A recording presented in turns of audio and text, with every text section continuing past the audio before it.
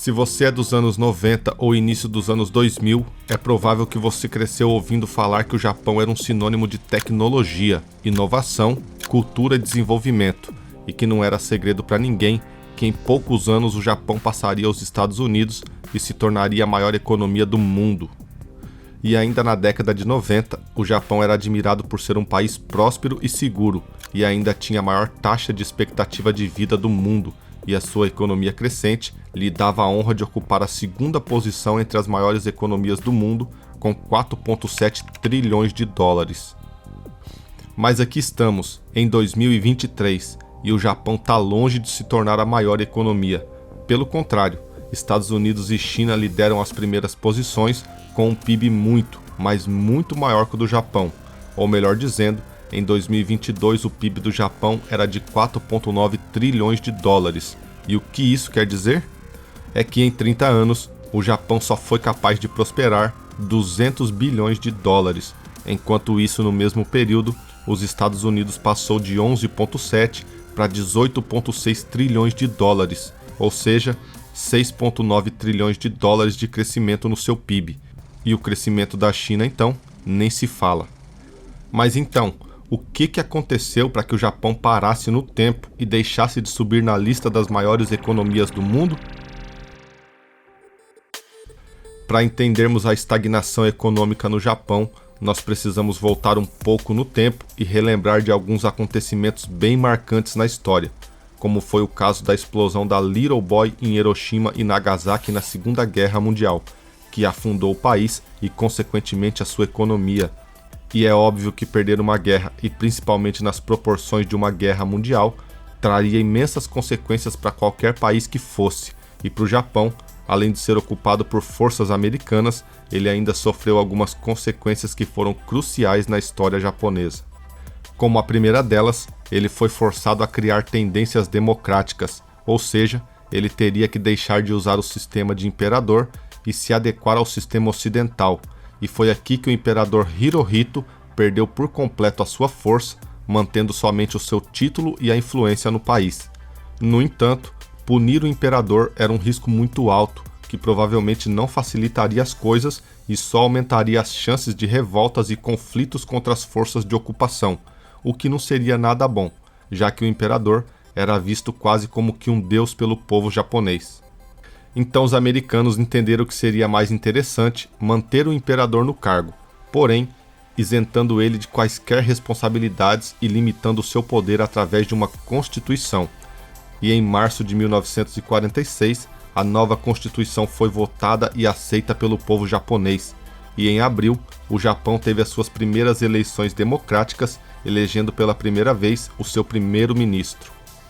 E uma outra consequência veio em destaque no artigo 9º da sua nova Constituição, que diz que o povo japonês renunciaria para sempre o uso da guerra como direito soberano da nação, ou a ameaça e o uso da força como meio de resolver disputas internacionais. Ou, em outras palavras, o Japão não poderia mais ter um exército. E esse período com suas punições se estendeu até 1951, terminando com o Tratado de Paz de São Francisco, onde o Japão voltou a ganhar autonomia e as tropas americanas saíram de lá. Porém, o Japão ainda estava devastado por conta da guerra e não tinha condições de se reerguer sozinho, então um outro acordo teve que ser firmado com os americanos, o Plano Colombo, onde os Estados Unidos investiriam muito dinheiro na restauração do Japão em troca de influência.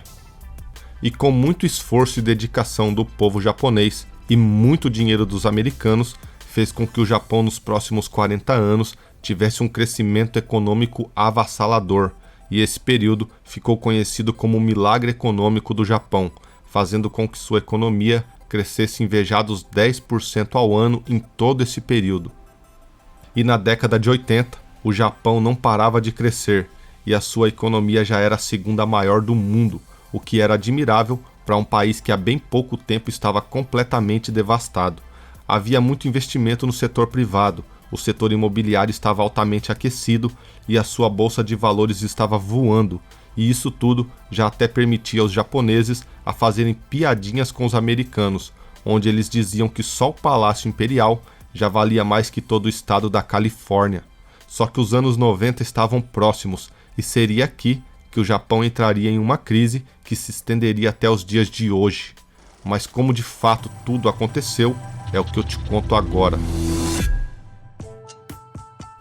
A economia do Japão cresceu meteoricamente nas décadas após a Segunda Guerra Mundial e atingiu seu pico na década de 80, com o maior produto nacional bruto per capita do mundo. O crescimento liderado pelas exportações do Japão durante todo esse período atraiu muito capital estrangeiro para o país e ajudou a gerar um superávit comercial com os Estados Unidos. E para ajudar a compensar os desequilíbrios comerciais globais, o Japão juntou-se a outras grandes economias mundiais no Acordo de Plaza em 1985, e com esse acordo, o Japão embarcou em um período de política monetária frouxa no final da década de 80, e essa política monetária frouxa levou ao aumento da especulação e uma alta no mercado de ações e nas avaliações imobiliárias. E o povo japonês estava tão inundado de dinheiro que pessoas e empresas compravam imóveis e também investiam no mercado de ações de forma desenfreada, e não é novidade para ninguém que se alguns produtos estão em alta demanda, os seus preços sobem, formando uma bolha, e não foi diferente no mercado imobiliário e de ações do Japão, que teve os seus preços inflados em 300%. E foi no início da década de 90, quando ficou claro que uma bolha estava prestes a estourar, que o Ministério das Finanças do Japão aumentou as taxas de juros do país, encarecendo os empréstimos do povo japonês, o que consequentemente fez com que o mercado de ações e o imobiliário quebrasse e uma crise de dívida começou, interrompendo o crescimento econômico e levando muitas empresas à falência, com seus valores de mercado despencando 60% e o mercado imobiliário caindo 80%, estagnando por 10 anos a economia do Japão, o que fez com que esse movimento fosse chamado de o período da década perdida. E junto com essa crise veio também a evaporação do patrimônio líquido entre as empresas e as famílias japonesas, e como se isso não bastasse, o forte valor do iene tornou as dívidas na moeda japonesa mais caras, e pela primeira vez desde a Segunda Guerra Mundial, os bancos registraram um número sem precedentes de inadimplência de empréstimos, e mal sabiam os japoneses que os problemas estavam só começando. Nessa altura, as pessoas até tinham dinheiro físico, porém, evitavam gastar com medo do que estava por vir, e esse medo dos japoneses em gastarem os seus ienes gerou o perigoso ciclo de deflação no Japão.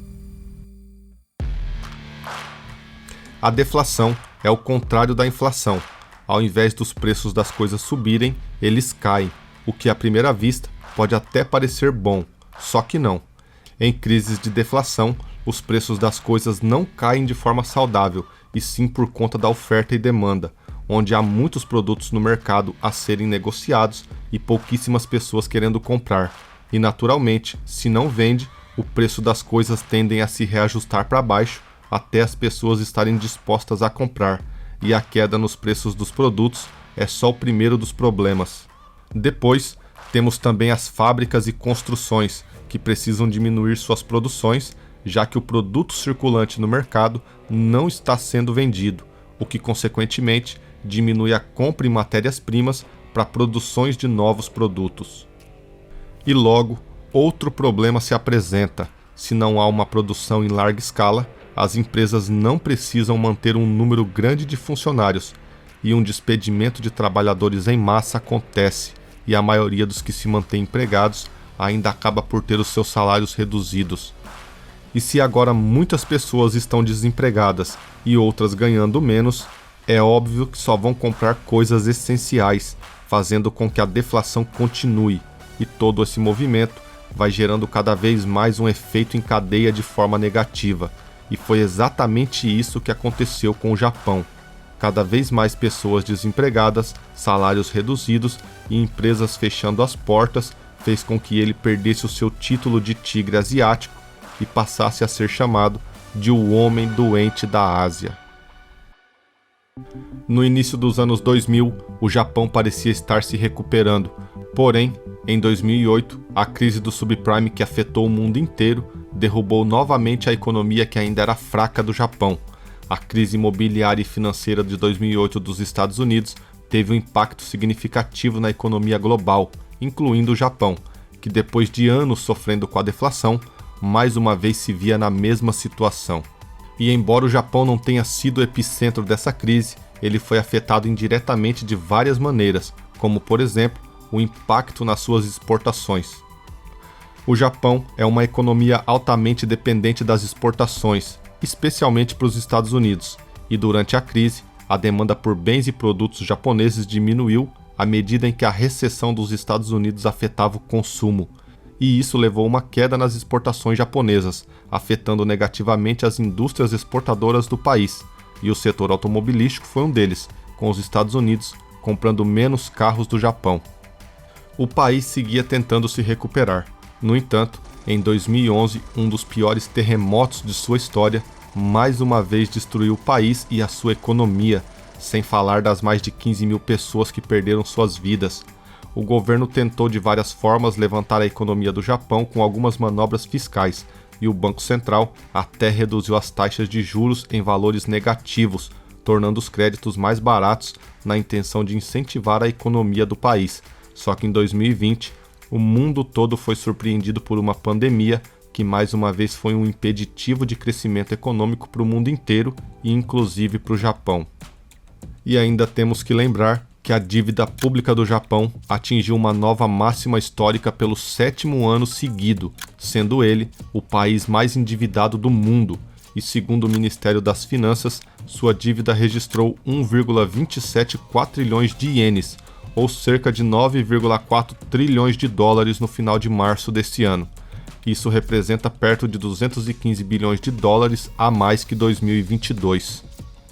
E ainda temos que ressaltar que a população do Japão é hoje uma das mais envelhecidas no mundo, porém, a taxa de natalidade não acompanha nem de longe o envelhecimento da população, ou seja, não nasce tantas crianças quanto a quantidade de pessoas que envelhecem, e num futuro próximo, os japoneses não vão ter como se aposentar mais, pois o que tudo indica é que não haverão trabalhadores e nem trabalhos que irão garantir essas aposentadorias. Há muito para se falar do Japão, mas eu acho que nesse resumo já deu para se ter uma ideia de quão profundo é o buraco que ele caiu, parecendo estar num caminho sem volta. Agora, me conta aqui nos comentários o que você achou desse vídeo e o que acha do Japão, se um dia ele vai conseguir sair dessa situação e dar a volta por cima ou não, que eu estou muito curioso para ver a sua opinião. E se você quer saber como a China vem usando de uma estratégia maliciosa para colonizar de forma moderna alguns países, e talvez até o Brasil pode estar caindo nessa, é só clicar nesse vídeo que está aí na sua tela, e nós nos encontramos lá em alguns segundos para eu te contar tudo com maiores detalhes. E por esse vídeo é isso. Um grande abraço e até mais.